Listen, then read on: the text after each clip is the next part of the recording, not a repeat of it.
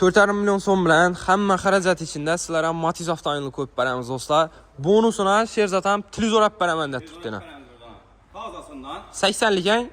Ava, yana benzin bilan gazını yakıp yok dedi. Bonus hep salıp versek. Ona mətki gördük.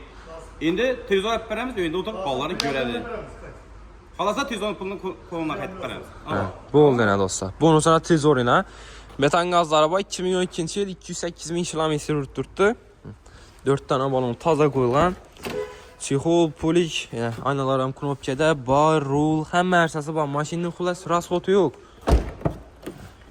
Ishlar ham toza turibdi. Metan gazlari 2018-yilda qo'yilgan. Metandan ham suroki bor. Galabaydek ko'rib, saloza tekshirtirib olaverasiz. Kraskalari bir qator asujit bor, lekin mashinada udar yo'q. Bahosi 35 million so'm. 4,5 milyon so'm bilan avtokreditga chiqadi. Hamma xarajati ichida oylik to'lovi 2 milyon 100, 2 milyon 200 dan chiqib boradi. Mashinamiz Qo'shish avtomarketda sotib qo'yildi. Kelib xarid qilaverasizlar. Bonusini Sherzatdan bir dona televizor olib beraman deb. 4,5 milyon so'm. İçində yana bir televizor mal keladi. Mashina mal keladi. Zo'r-ku. Bo'ldi. Kelaverasizlar. Mashinamiz Qo'shish avtomarketda sotib qo'yildi.